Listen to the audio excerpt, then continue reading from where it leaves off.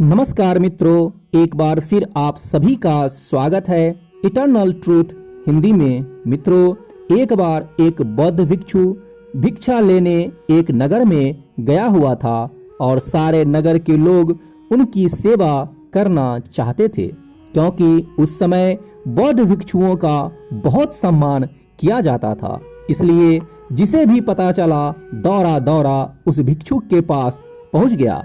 उसी में से एक वेश्या भी थी जिसने उस भिक्षुक के बारे में सुना तो उसे देखने चली गई, और जैसे ही उसने उस भिक्षुक को देखा वह देखते ही रह गई, क्योंकि उसके मुखमंडल पे इतना तेज चमक रहा था कि जो भी उसे देखता देखता ही रह जाता।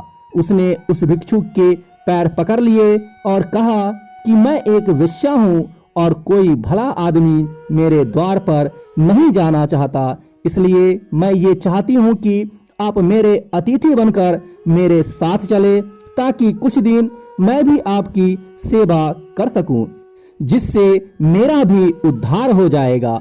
असल में वो वेश्या उस भिक्षुक पर मोहित हो चुकी थी, क्योंकि वो भिक्षुक देखने में अति सुंदर था। उसने आगे कहा कि हे महात्मा, मैं भी कुछ धर्म कमाना चाहती हूँ, और ये भी हो सकता है कि मेरे भी मन में कुछ ऐसा भाव आ जाए कि मेरा भी उद्धार हो जाए। इसलिए हे मुनि, हम पे कृपा करे और हमारे घर चल के कुछ दिनों के लिए हमारी सेवा स्वीकार करे।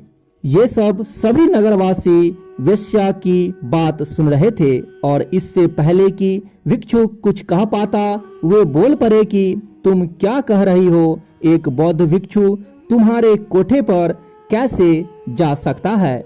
इससे तो भिक्षुक को पाप लगेगा। नगरवासियों की बात सुन वेश्या ने कहा कि मैं इन्हें अपने पाप को मिटाने के लिए ही अपने साथ चलने को कह रही हूँ। उनकी बातें सुनकर भिक्षु ने कहा कि मैं अपने गुरु बुद्ध से इसकी अनुमति लूंगा, इसके बाद ही हम तुम्हारे घर पे जा सकते हैं। यदि वो अनुमति देंगे तो मैं अवश्य ही तुम्हारे घर पे रहूंगा। ये सुनकर उस वेश्या ने कहा, जैसी आपकी इच्छा मुनिवर, आप कृपया मेरे घर आकर मेरा उद्धार करे। इतना सुनकर नगर के एक सेठ ने कहा कि हे महात्मा, ये पापी है, आप मेरे साथ चलिए, इसका कोठा आपके लायक नहीं है। इतना सुनते ही वो वेश्या बोल पड़ी कि तब तो इस नगर वाले सारे अमीर पापी हैं, वे सभी मेरे पास आ चुके हैं, और सेठ जी आप भी तो मेरे पास आते हैं, मेरी तरह पापी हैं, और क्या आप पाप से मुक्त हैं? तू भी पापी हो। यदि ये महात्मा मेरा उद्धार करना चाहते हैं तो इसमें तुम्हें क्या आपत्ति है? हे महात्मा, कृपया मेरे घर चले और मेरा उद्धार करे। नगर का सेठ चुप हो गया और बौद्ध भिक्षु गुरु बुद्ध के पास अनुमति लेने लौट गया। भगवान बुद्ध के पास पहुंचकर उसने अपने साथ हुई घटना के बारे में अपने गुरु को जानकारी दी। गुरु के सभी शिष्य ये बातें सुन रहे थे और सोच रहे थे कि अब गुरु क्या कहेंगे। कुछ भिक्षु सोच रहे थे कि अनुमति नहीं मिलनी चाहिए, और कुछ भिक्षुक ऐसे भी थे जो चाहते थे कि अनुमति मिले, ताकि वो भी कल को किसी ऐसे स्थान पर रहकर कुछ समय बिता सके। भगवान बुद्ध ने सब कुछ सुनकर कहा कि हे शिष्य, तुम जा सकते हो और उस औरत का भला कर सकते हो। वो भिक्षुक भगवान बुद्ध से आज्ञा पाकर फिर वापस लौट गया, और उस वेश्या के घर पे वो भिक्षुक चला गया। वो भिक्षुक 3 महीने तक उस वेश्या के घर पे रहा। इस बीच वो वेश्या तरह तरह से अपने मुंह में उस भिक्षुक को फंसाना चाह रही थी। अपने सौंदर्य के जाल में फंसाने की अत्यंत कोशिश की, परंतु वो भिक्षुक उसके सौंदर्य में नहीं पड़ा, और अंततः वो वेश्या ही उस भिक्षुक की साधना से प्रभावित होकर के वो भी बौद्ध धर्म स्वीकार करने के लिए, बौद्ध भिक्षुणी बनने के लिए उसके चरण में गिर गई और वे बोली कि कृपया हे मुनिवर, मुझे भी बौद्ध भिक्षुनी बननी है, कृपया मुझे भी इसका मंत्र दे। इस पर उस बौद्ध भिक्षुक ने कहा कि इसके लिए तुम्हें हमारे गुरुदेव भगवान बुद्ध से मिलना होगा।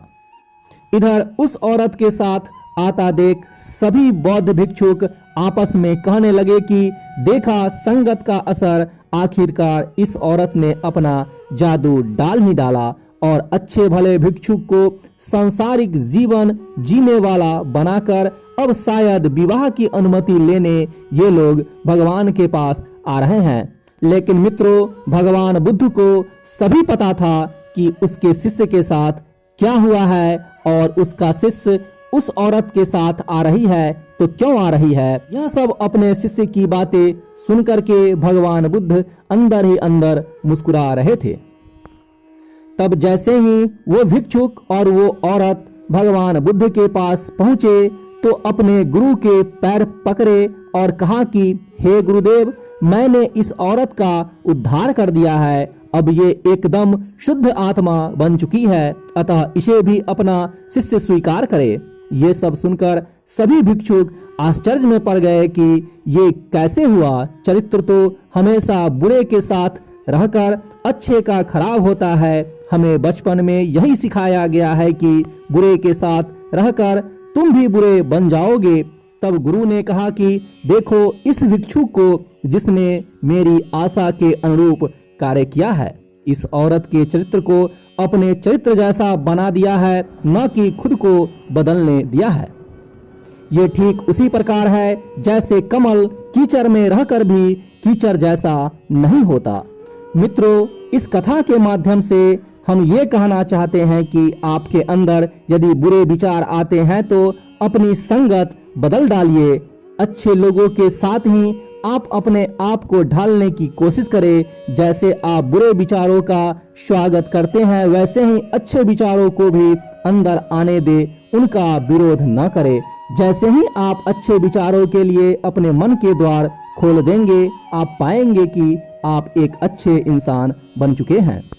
तो मित्रों, कैसी लगी हमारी आज की कथा? अगर अच्छी लगे तो कमेंट सेक्शन में जरूर बताना और अपने मित्रों को भी शेयर अवश्य करना और इस वीडियो को लाइक अवश्य करना, क्योंकि आपका एक लाइक हमारे मोटिवेशन को और बढ़ाता है। तो मिलते हैं अगली वीडियो में एक अगले कथा के साथ। तब तक भगवान बुद्ध आपका भला करे।